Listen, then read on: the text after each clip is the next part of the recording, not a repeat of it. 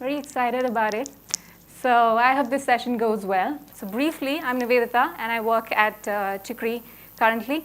I just moved here to Sri Lanka 5 months ago from India, and it's been a great experience learning about a lot of people and working as a UX researcher, working on different products. Most of them have been banking products, a couple of interesting projects about new startups in India, and you go everywhere, there's like a new startup here and there. So here I've got people's emotions,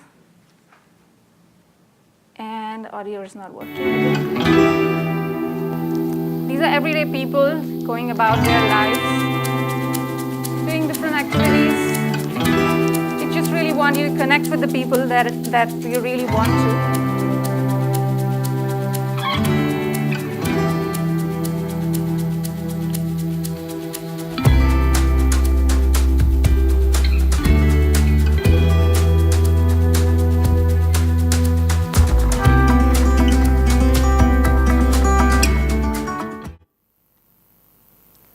So these are people that we meet every day, or may not be people that we are very familiar with.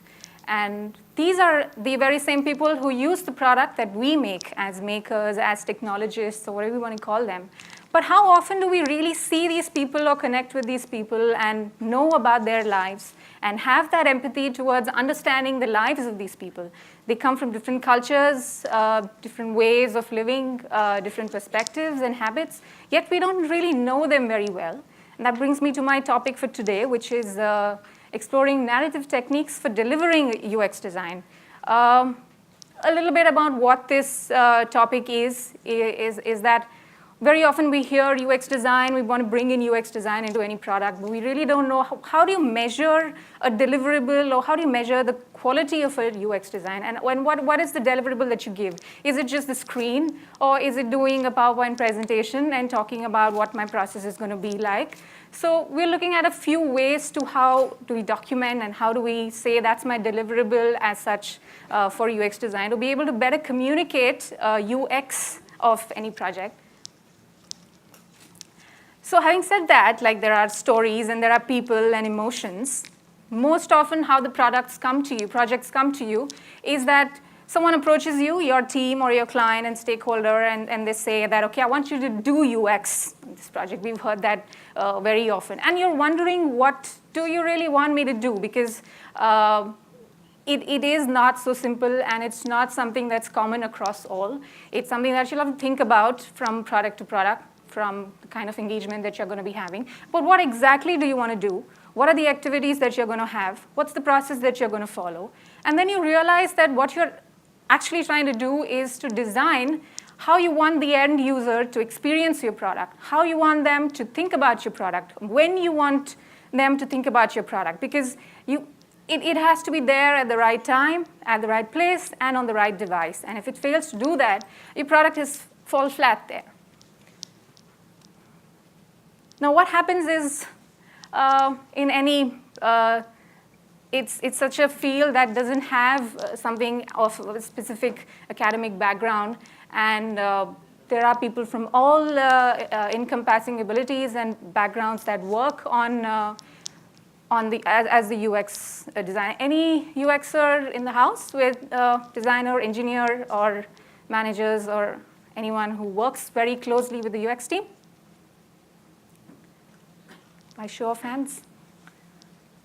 You don't have any UX designer or UX engineer? You, 3 of you. Okay, so what happens is that we come with different backgrounds, and we bring in our own style of coming to what we really bring to this to any product. Be it someone who's very design savvy, someone who's very technically oriented, someone who's a balance between business needs and more creativity. But it surrounds the product itself. We're essentially talking about the product. So we don't have a common language yet to talk about. And that brings me to this aspect of UX design, which is storytelling. the one thing that is common amongst all these people and the way they talk to each other is storytelling. And that doesn't require any kind of specific knowledge, but it's a skill that no matter what you are and have an academic background of, if you really master the skill of storytelling, it's one of the key essentials that I personally feel in doing any UX activity. Now you come across, if you just Google UX design processes, you will see a lot of these processes about the first step is strategy, and then you discover and analyze and design production. So you'll see a lot more of these. Research, requirement, concept, design, validation. And then each of them will also go into sub-categories. And there are more. It keeps getting shorter. Research, design, prototype, test, measure. But they essentially mean the same thing. But if you just go and Google, or different companies have different terms and phases to call them. Then there are shorter ones, 3 steps, 7 steps, 5 steps, and more lean UX way of thinking, build, measure, learn. But the question is, you can call it whatever you want to, and you can have any number of steps that you really want to have, and sub-steps within this that you want to have. But what we're really missing out is the power of storytelling into any kind of approach that you want to have for the product. Now, what storytelling really does is that, the first step is always a research or some kind of finding out the problem that you have. What it really does is, if you really know how to build that story or the research data that you have into a good narrative structure. So storytelling is a good way of translating research into a good structure. What it also does is that it's something that no matter what you are, an engineer or a designer or new to UX or just stepping into UX or experienced, it's something that you can compassionately feel about and connect to. So that's another thing. The third thing is that it places teams rightly in the mindset of the user. Like I think even the previous 2 sessions we spoke enough about how do you really have empathy when, or you say, put yourself in the shoes of your users. But we really don't know how do we do that, or we all have different ways of doing that. I think this is one of the ways in which you can really connect to a story. When someone narrates a story, you can really connect to that story, and you bring life to that product. By that I mean to say it's not a bunch of screens, and there is a flow, and there are X number of flows, but you really have a heart to that story. Having said that, there are 2 aspects of storytelling. The first is that we use that as a common tool to communicate with the stakeholders, teams, and clients, etc. So, like I said, we all, having come from different backgrounds, bring our own language when we approach a product, when we're involved in a UX team. We approach it in a different way. What happens then is that if you're working on one product with different styles and languages, the product kind of loses the voice of its own. It doesn't have a voice, a product voice of its own. The narrative structure, by that I mean to say, in which the product tries to communicate or send out messages across to the users, gets fragmented. So 2 things that are very important kind of gets broken because we speak different languages. How do we use storytelling as a way to get the team together on the same page and see that we understand each other's language? I don't want to talk about code, or I don't want to make screens, or I don't want to make a plan, but let's just connect with a story. So that's the essence of how the first aspect of using it internally to get everybody on the same page as that. Now, having talked about stories, I think the first thing that comes to my mind is we all work in agile environments, and that's how most companies today work. Most product companies today work. And we have something called Scrum stories, where agile stories are more defined, like on a very high level. It captures the what, why, when, where in a very concise manner. Again, what we really miss out on that is how do we really make it more human and put a heart to those stories. For example, that's the brief that we have of building an app for cafe employees. This is a cafe based in London. That's what we had worked on. And how this manager needs to plan and coordinate a lot of activities before the cafe opens. And there are different people involved in getting different things done, getting the orders completed till the time the cafe closes. Now think about it, if you really had, maybe you discovered this in the first few meetings with your client, and you essentially know that's the app that you want to build on a mobile, and maybe in a couple of lines, this is what you got, that's what you're going to build. Now if you're going to put this into a structure of agile, or you would just define these three things, this is one of the most common ways of doing that, which is, who is this for? What is the goal and what is the need of that user, and why he would be doing that. And then you kind of make it into a sentence saying, as a cafe manager, you want to save time, 2 more tasks, so that you're able to do better and coordinate better. Why? Because you want to work more efficiently, right? Is there anything else that we could really discover in this? So you can do that for every role as a cafe manager or as a waiter or as a chef, and they'll have different goals and needs and benefits. And then we get down to doing the plan, we start making wireframes and screens, and we get a really cool looking app done. Now I just want you to watch this.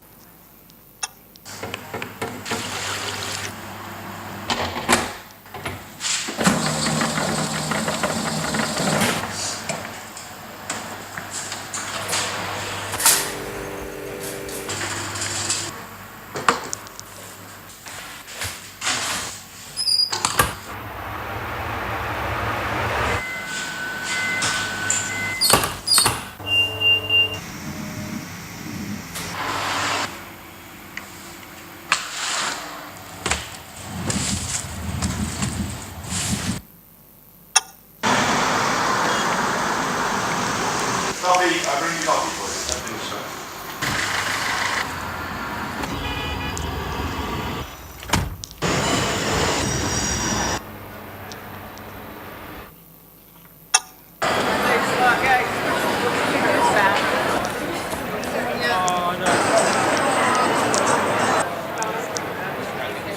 One more. Job done.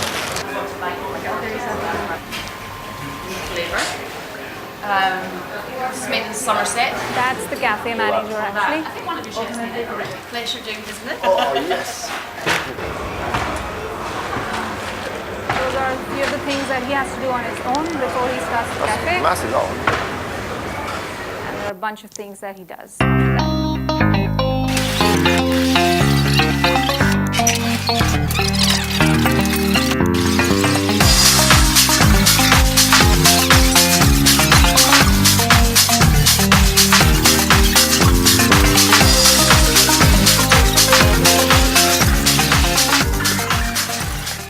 So those are the different things. Now, do you get a better perspective from the first story versus the second story? Now, do you really think you can make a better story, a better screens, better flow, and you really connect more with this guy about what are the different things he has to do? Just assume something on a high level, what are the different tasks he has to do? Something like, okay, he has to buy a few things that he usually likes to do on his own. He picks the seafood, he picks the meat, and he picks some of the veggies that on his own.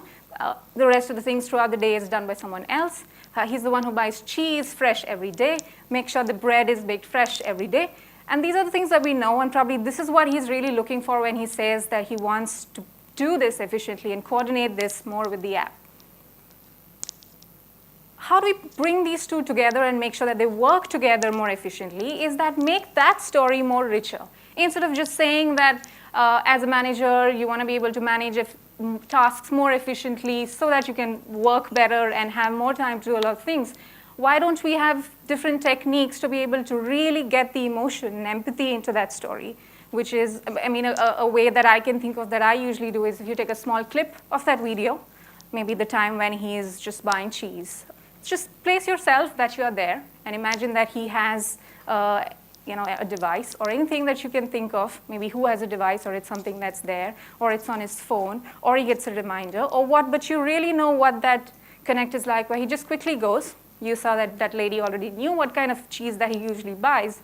He always tastes it for the day and then packs it and brings it. Now you can really think about what kind of feature you want and how you want it to be, how much time should it take to be right there to help him do that quicker or knows what he's going to do next, go to the seafood market and buy the seafood from there. So that makes it a little more richer than just saying he has to buy cheese and fish and he has to start his cafe and place the orders. So that's one of the ways to make it a little more richer so that you can bring both the human stories and the Scrum stories together and bring UX very closely associated to UX.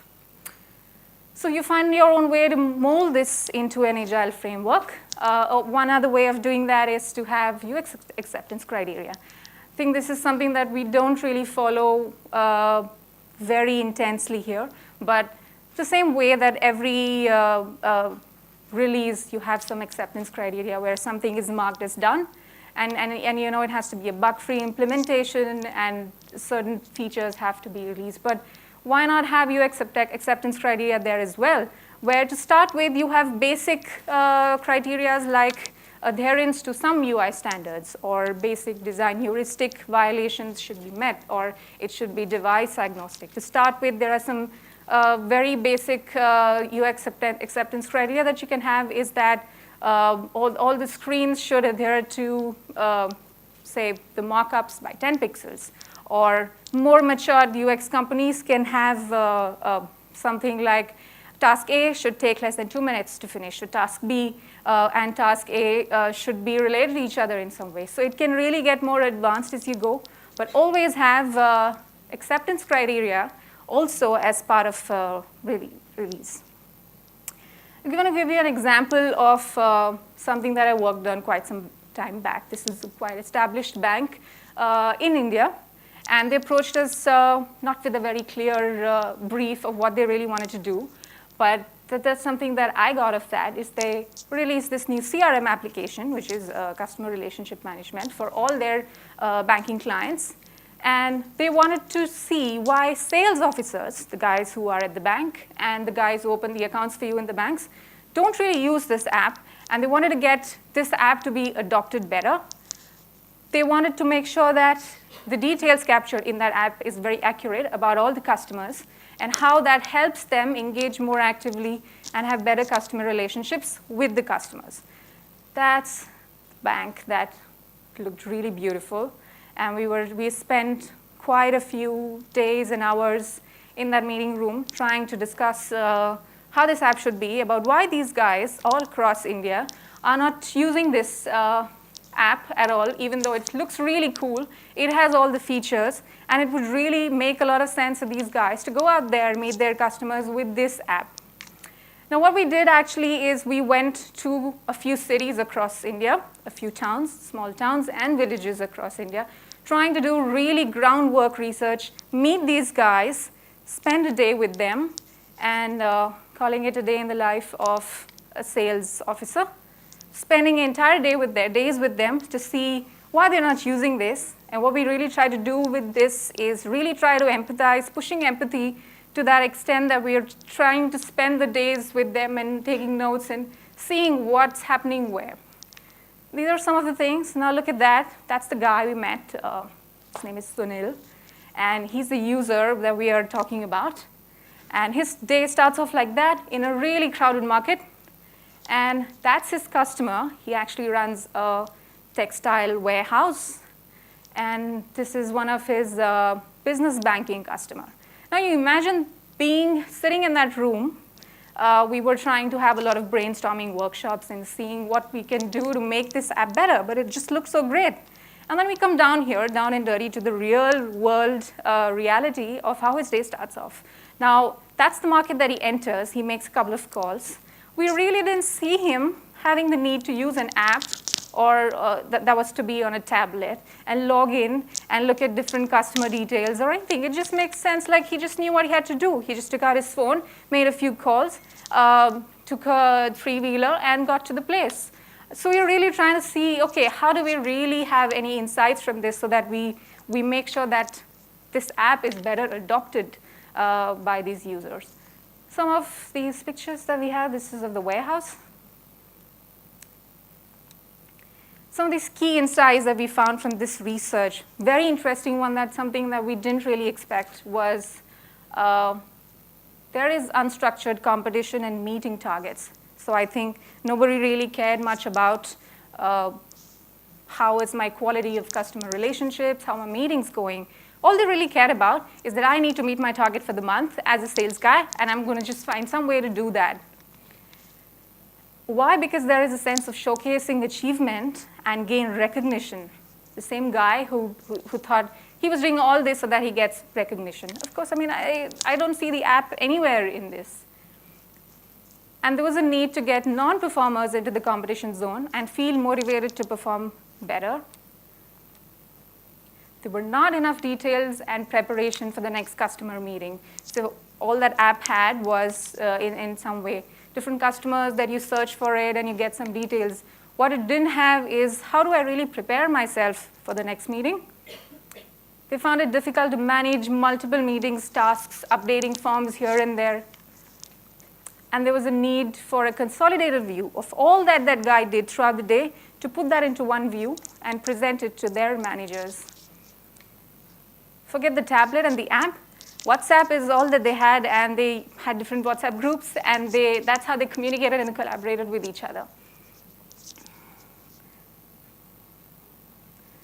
That's the second aspect of storytelling, which is now how, having done this research and having used that as a way to get your team on board, use that as a way to communicate with each other, making sure that those research and the data is real people stories. They are not just segments, they are not just numbers, but they are human stories. But now, having got that story, how do we really translate that into a product that has a life of its own? Now you see that every product has different features. And when you talk about any product and you ask them what this product really does, it says, okay, I got this feature and that feature, and you can do this and you can do that. And you realize that all that the product seems like is a pool of features where you don't really know what these features are meant to do and why do they even exist. And there is no common thread that connects these features. So you're debating whether you need to have feature X or feature Y, and you don't really know what is the conviction in the story or the feature that you want to have. Because we can go on debating, and we see that a lot happening about, I think feature X should be there, and he says, no, let's build that first, or let's do all, but we don't have time. So we really need a connecting thread, which again, I would say, is a way how you put your story across, as a way of having conviction in that story. In a way that you do, it has a life of its own and presenting a very coherent narrative, that they're not speaking different languages. They're not doing this in different tangents because different people are working on it. Rather speaking something that the product has a voice and has a message of its own, no matter who worked on it behind it. Just make it more living, more breathing, more of something that's more loving, not something that's just more viable. Another way that I want to talk about is an experience map. It might seem a little too detailed, but I would just skim through it because there are many different maps when it comes to UX, but this is one of the most commonly used maps, which is an experience map. What it really has is just 5 stages, or 5 E's, also called sometimes. That is entice, enter, engage, exit, and reflect. What each of these stages briefly is that entice is more when you enter a product or when you enter into any experience. Why should I even come there? Give me a reason why I should download an app. Give me a reason why I should buy this product. Give me a reason why I should use a particular app to do a certain task. Where did I see it? Did my friend tell me, or did I see it on Facebook? Or maybe there was a need and I saw it right there. So that's entice. Sorry. The second is enter, is when you really enter the product. And that's the first look of any product where either you connect or you don't connect. Maybe about how the look and feel is, what is the sound, smell, taste, visual appeal, or any of these like. Then the biggest part of this is the engage, where most of the interactions of any product is going to be, where what am I really supposed to do here? Or is it a short-term relationship that I just do something, get out? Or is it a long-term relationship where I need to keep coming back to it to keep doing something? That's something we need to think about what's the kind of engagement that we want this product to have. And then there is a way to go back, finish your task. And that's the most important also is reflect, or also called extend, when you extend the experience beyond the product of reflecting back of saying, okay, that was pretty good, or maybe I should go back to it, maybe I should get a notification for something. And you see almost every product or every experience will walk through this cycle of entice, enter, engage, exit, and reflect. Just an example of that is, say you walk into, I decided to work out of a cafe. I just do that very often. So I decide, okay, what's the best cafe that I can go to where I can work? Maybe where there is a little good coffee, free Wi-Fi. And I go there, think of, if you're going to be, how you're going to be going there, or if there is an easy way to come out of that place. And then you sit there, you place your order, you get to a comfortable table, you connect to the Wi-Fi, you work there. You place your order, pay for it, and then you get out after you finish your work. Now the same thing is something that is now put on an experience map, where on the top you'll see a neutral line of experience. The top part is positive, and the bottom half in red dots is negative. And at the bottom you see the same entice, enter, engage, exit, extend. And below that is where you can actually see the steps involved. Don't think it's visible. So when you're in office and you're in car, and you walk in, and you're waiting in a queue, and you place the order, you pay for it, you sit, you drink and work, then you pack up, and you walk out, and you go back into your car or whatever and think about how your day was. Now, at each of these stages, there's something that's positively happened, something that's negatively happened. How this map really helps is that you put together all those red dots and see where the maximum number of red dots is that you really want to put together and say, okay, that's where experience is dropping. A good example of people who do that is Starbucks. They follow this map so efficiently and they're so stick by it. From the time you walk in till the time you walk out, the Starbucks experience is something that really follows a map like this of the 5 E's and make sure that every one of these phases is something that they can elevate their experience. What we take away from an experience map is, again, consistency in the product. Starbucks talks the same way, no matter where you go, which country, which part of the world you go in, the consistent product voice is the same. Discover and capitalize on critical moments of truth to the user, where you really know this guy is frustrated. He's waiting in the queue. He can't see the menu far away. And he's kind of feeling, I don't really know. You get to the counter. You're a little bit rushed about what order to place. You play safe by ordering something that you usually go for. And that's one moment probably you can capitalize on saying, OK, that's a moment where you can sell something to that customer. The third is different departments across different companies. It's a really big company. How do we put them together and make sure that they speak the same language? Another example is this guy. Anybody knows or recognizes this guy? Yes. MailChimp. Big fan of this guy. His name is Freddie, a mascot of MailChimp. Now what they do is their legal department makes sure they make their assets publicly available, and they make sure they really protect the product and the voice of it. Something like they say, please don't dress Freddie up like hats, sweatbands, earrings. We should, however, feel free to use Winking Freddie for extra personality. Now that's a Winking Freddie. These assets are available publicly to the users, and you can use them the way they want. Now how these guys do this is that it's something that's very direct. When you think of MailChimp, immediately there is a connection in your head. By the way, MailChimp is a marketing tool.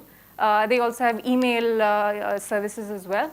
So what this does is it's direct, has a clear voice, and there are so many different people from so many different backgrounds who create content for it, who design this, make this. But the guy who actually speaks, it sort of looks like it's Freddie for the MailChimp. It also has a bit of humor in it.